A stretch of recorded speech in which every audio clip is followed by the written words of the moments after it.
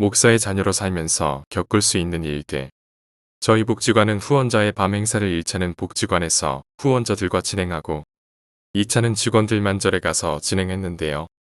술을 먹거나 하진 않았지만 직원들과 관장님이 불교식 예배와 108배 등을 하였습니다. 동생이 나타난 행사는 2차였고요.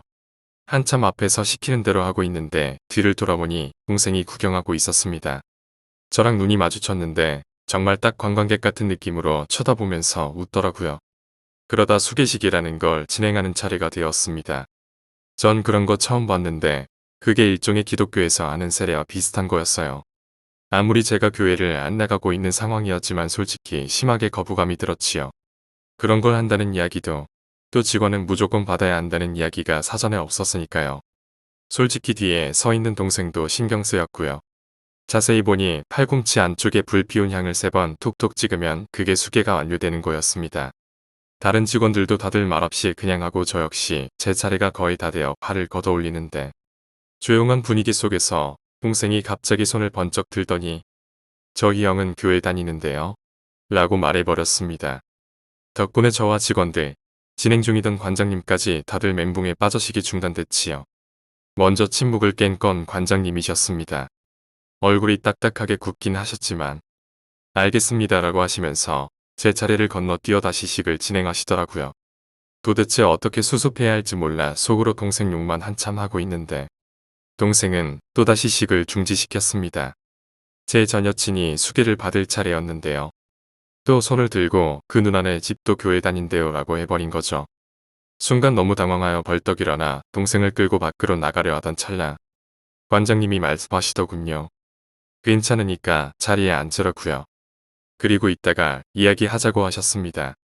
그때 수계식 이후 수계를 받은 것에 대한 축하연이 있을 예정이었으나 저와 동생, 전 여친은 부장님의 지시로 다른 방에 가서 대기하였고 수계를 받았거나 관람한 분들만 따로 축하연을 시작하였습니다. 방에 따로 떨어져 있는 동안 셋 다 거의 아무런 말도 하지 않았어요. 저는 이 상황을 어떻게 극복해야 할지 고민에 빠져 있었고 전 여친은 그땐 무슨 생각을 하는지 모르겠더라고요. 동생만 고개 한번 숙이는 일 없이 당당하게 굴었습니다. 복지관에서 밥 먹을 땐 고기가 있던데 여기서 밥 먹으면 진짜 고기가 없냐고 물어보더라고요. 미친놈이 대단한 일을 한 것처럼 여기는 듯 했어요. 아주 대단한 일을 했지요. 한 20분 정도 기다리자 관장님과 과장님이 들어오셨습니다. 저희에게 차를 한 잔씩 주시고는 꽤 긴 시간 동안 아무 말도 하지 않으시고 지켜보셨어요. 저희 역시 뭐 딱히 무슨 말을 할 수가 없었죠. 죄송하다고 하기엔 동생이 옆에서 반발하여 큰 소리가 나게 될 게 분명했거든요. 예의를 중시하는 분이시라 사과를 기다리신 것 같은데 먼저 이야기를 꺼낸 건 관장님이셨습니다. 저희에게 어디 교회 다니냐고 물어보시더군요. 전 안 다닌 지 오래됐다 답했고 여친과 동생은 각각 자신이 다니는 교회 이름을 댔어요. 과장님께선 저희 대답을 듣고 잠시 자리를 비웠다가 돌아오셨습니다. 아마 인터넷 검색을 하러 다녀오신 것 같아요. 그때만 해도 스마트폰이 드물고 피처폰이 더 많았거든요. 아마 어디 교단인지 정상적인 곳인지를 알고 싶으셨나 봐요. 과장님이 주시는 쪽지를 보신 관장님께선 입을 여셨어요. 누구하고 이야기를 시작해야 하나. 동생분하고 어떻게 아는 사이인가요? 그러자 과장님이 말씀하셨죠. 사실 소문이 좀 돌긴 했는데 두 분이 만나고 있다는 이야기가 있었습니다. 누가 물어보기도 그렇고 업무에 별 지장이 없기에 따로 보고드리진 않았어요. 관장님이 다시 말씀하셨습니다. 그랬군요. 우리 관 내에 첫 커플이 되는 건가요? 전 사내 연애를 반대하거나 하지 않는데 오히려 권장하고 싶었어요. 살짝 귀뜸해줬으면 더 좋았을 텐데요. 좋아요. 그래서 그랬던 거군요. 지금 제가 여기에 여러분을 모신 건 그냥 이야기를 좀 나눌까 해서니 너무 긴장하지 말고 그냥 있는 대로 이야기해줬으면 좋겠네요. 여러분들 다 아시다시피 우리 복지관은 조계종재단에서 운영하고 있어요. 그래서 그 뜻을 받들고 또 그렇게 어려우신 분들을 받들고자 복지관이 있는 거죠. 동생분은 좋은 일을 하고 싶어 왔던 거라 그렇다 치고 우리 직원들은 복지관에 입사원서 제출할 때 이런 점을 다 감안하고 지원한 거라 생각되는데 그렇지 않나요? 물론 동생분을 제가 초대하긴 했지만 SSC가 동생분께 우리 복지관의 분위기나 돌아가는 상황을 미리 이야기해줄 필요가 분명히 있었다고 봐요. 어떻게 생각하나요? 그래서 저는 정말 죄송하다고 드릴 말씀이 없다고 답했죠. 그리고 다시 관장님이 말씀하시길 솔직히 다른 직원과 스님들 앞에서 망신을 당해 기분이 매우 좋지 않습니다. 직원 관리를 못한다고 볼 테고 또 제가 모르는 직원들의 다른 면이 있을 것 같아 참 씁쓸하기도 하고요. 김 과장님, 퇴사한 직원은 제외하고 혹시 우리 복지관이 종교적 색채를 띠는 것에 대해서 불편하다고 이야기한 직원은 한 번도 없었습니까? 그러자 과장님이 말씀하셨죠. 현재 근무 중인 직원 중에는 없었습니다. 종교가 다르더라도 감안하고 입사하였기에 속으론 조금 불만이 있을지라도 모두 잘 따라줬습니다.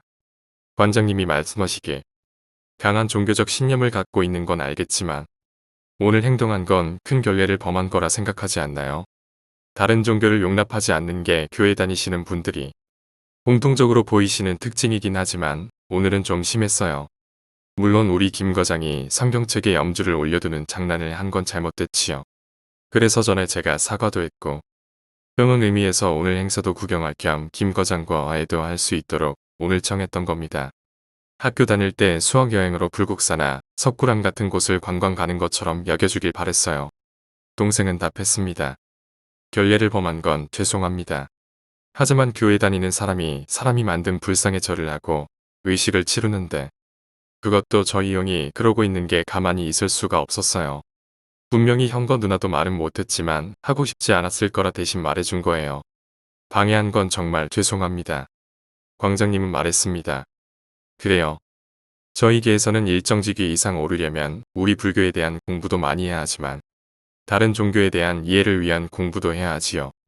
저도 기독교라는 종교에 대해 많은 공부를 했으니 동생분을 이해하지 못하는 건 아닙니다. 그러면 동생분에게 하나만 물어볼게요. 정확히는 기억나지 않지만 성경 앞부분에 보면 신께서 인간에게 자유의지를 주시고 선택할 수 있는 권리를 주셨다는 내용이 있던 걸로 알아요. 그래서 인간이 전부 다 기독교를 믿는 것이 아니고 종교를 선택할 수 있었던 거고 기독교 교리에 따르면 기독교를 선택하지 않는 사람은 지옥에 간다고 되어 있지요. 그렇다면 저 두 분은 자신이 선택해서 이곳에 온 것 아닌가요? 두 분 다 성인이고 제 생각엔 이 친구들의 선택을 동생분이 존중했어야 하는 것 같은데 대화에 끼어들어 대화와 분위기를 끊어보고자 노력했으나 관장님 제재로 지켜만 봤어요. 결론은 너무 나선 것에 대해 동생이 관장님과 과장님께 사과를 드렸고 동생에게 다른 봉사지를 찾을 것을 권하면서 대화는 끝났습니다.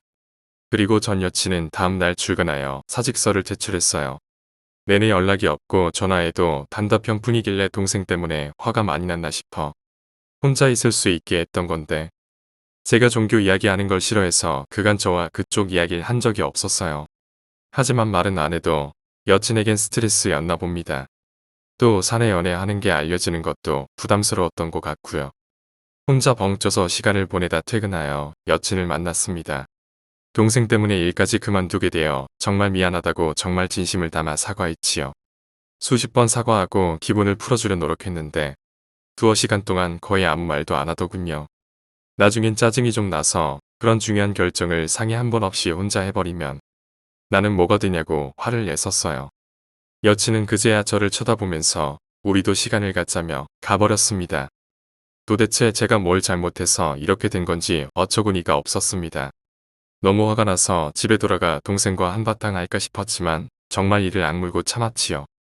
복지관도 복지관이었지만 너 때문에 여친이랑 헤어질 것 같다라는 소리가 쪽팔리기도 했고 할 소리가 아닌 것 같았어요. 여친이 사직한 날도 그랬지만 그 다음 날에도 사무실 분위기는 정말 무겁고 또 무서웠습니다. 직원끼리 업무 이야기하는 것도 꼭 제 이야기하는 것처럼 느껴졌고 다른 사람의 컴퓨터 화면에 네이트홈 메신저 창이 켜져 있는 것도 신경 쓰였어요.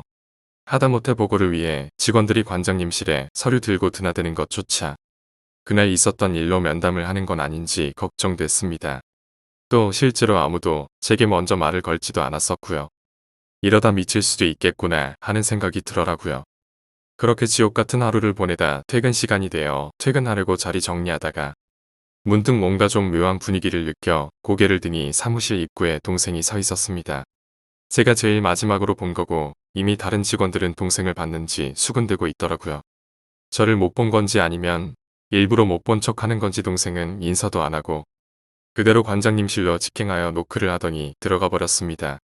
어떻게 해야 하나 도무지 판단이 되지 않을 정도로 멘붕이 와서 꽤나 망설이다가 노크도 없이 불쑥 따라 들어갔습니다. 이미 관장님과 동생은 마주 앉아 이야기 중이더군요. 관장님께 죄송하다고 말씀드리고 동생에게 무슨 일로 왔냐고 물어보는데 관장님께서 제게 앉으라 권하셨습니다. 한 번도 본 적이 없는 표정이셨어요. 스님이셔서 굉장히 인자한 표정과 말투만 사용하시는 분이셨는데 그런 눈빛을 하실 수 있단 게 놀라웠습니다. 심지어 지난주 사건 때도 그런 표정과 눈빛은 짓지 않으셨었는데요. 그날 제가 들어가기 전 관장님실에서 동생이 꺼낸 이야기는 직장 내 종교 강요는 불법이라는 이야기였다고 합니다. 심지어 관장님께 이러다 노동청 등의 민원이라도 들어가면 어떻게 하실 거냐 물었다고 들었어요. 관장님께선 제게 동생이 이러이러한 이야기를 하는데 어떻게 생각하냐고 물어보시고는 죄송하다는 저의 말에 일단 나중에 이야기하자며 돌려보내시면서 일주일간 휴가를 쓰라 지시하셨습니다. 차마 관장님 앞에선 화를 낼 수 없었기에 밖으로 나와 동생을 좀 때렸습니다. 맞으면서도 동생은 무덤덤하게 지금은 형이 화를 내지만 나중엔 고마워할 거라는 말만 했어요. 상황이 이런데도 동생에게 나가라는 소린 못했습니다. 갈 곳이 없다는 걸 알았으니까요. 강제로 휴가를 보내는 동안 친하게 지내던 복지관 동료에게서는 저와 관련된 회의와 징계위원회가 열렸다는 이야기를 들을 수 있었습니다. 사직서를 낼 수밖에 없었어요. 사실 잘렸죠. 그럼에도 그날 이후론 그 일과 관련해서만큼은 동생에게 화 한 번 낸 적이 없습니다. 종교가 완전히 다른 걸 알면서도 복지관에 나오라 권한 것도 저였고 제대로 제어하지 못한 것도 제 탓이었으니까요. 이전에 목사님들에게 옆에서 잘 지켜보라고 했던 이야기가 떠오르면서 그 마귀라는 게 지금 저를 건드리고 있다는 걸 그제서야 알 수 있겠더라고요. 걱정되는 건 저를 동생을 통해서 건드리고 있다는 부분이었습니다. 그래서 동생이 충동적이 되지 않게, 흔들리지 않게 더 잘해주려 많이 노력했어요. 방세와 생활비를 감당해야 하는데 집에는 절대로 손을 벌리고 싶지 않았습니다. 가진 거라곤 그동안 모아둔 돈 2천만 원 가량과 사회복지사 1급 자격증 뿐이었어요. 재취업할 만한 곳은 역시나 복지관밖에 없더군요. 원래 복지 쪽은 워낙 여성이 많기 때문에 26살의 경력이 있는 젊은 남직원은 복지관에서 아주 선호합니다. 뭔가 좀 어색한 관계가 되어버린 여친과 동생의 강요로 기독교 재단에서 운영하는 복지관을 찾아 몇 군데 자소서를 집어넣었는데 서류와 면접은 항상 아주 쉽게 통과하였으나 꼭 마지막에 연락이 안 오더라고요. 도대체 왜 그러나 궁금했는데 알고 보니 경력란에 적힌 직장에 전화하여 제가 어떤 사람인지 최종 확인하는 경우가 많은데 그래서 자꾸 떨어졌던 거였습니다. 한동안 쉬거나 어딘가에 입사하더라도 복지 계열이 워낙 좁다 보니 이번 일이 귀에 들어가지 않는다는 보장이 없다는 생각이 들었어요. 결국 반 강제로 공무원 공부를 시작하게 되었습니다. 종일반 학원을 끊고 밤늦게까지 학원에서 공부를 하다 보니 동생과 여친에게서 자연히 멀어지더군요. 솔직히 별로 신경을 못 썼어요. 공부를 하는 동안 처음엔 몰랐는데 집에 돌아오면 음식이나 반찬 같은 게 엄청 푸짐하게 있어 무슨 일인가 했더니 동생이 여친이 다니는 교회로 옮기고 자신이 겪은 일들을 간증하여 많은 교회분들이 관심을 주고 음식 등을 가져다 주신 거라 하더군요.